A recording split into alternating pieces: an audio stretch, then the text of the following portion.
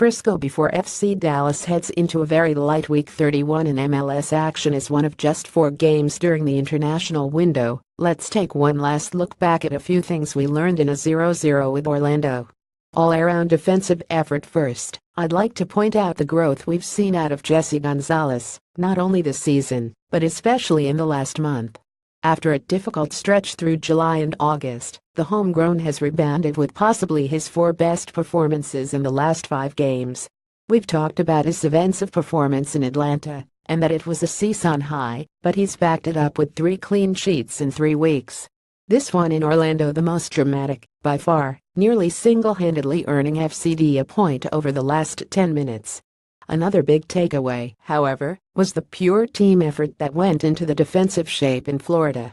If you look below, you can see the tackles, blocks, interceptions, clearances and recoveries from every player in white on the field. Of the 13 field players who saw action, everyone but Roland Lema and Michael Barrios' 6 minutes played contributed, with the 11 making at least 3 defensive contributions each. When everyone on the field is holding up their end of the bargain defensively, clean sheets will continue to follow. Growing in danger taking out the 41 loss in Minnesota. Below is a depiction of Dallas's passing charts in the last 3 games: 916 versus Seattle on the left, 927 versus Colorado in the middle, 930 at Orlando on the right. Not only has the frequency in the attacking third grown from match to match, but FCD had one of their best creating games in Orlando with 7 shots coming from inside the box, or just on the outside. Colorado saw an increase in production down the wings, but not necessarily leading to quality chances on goal.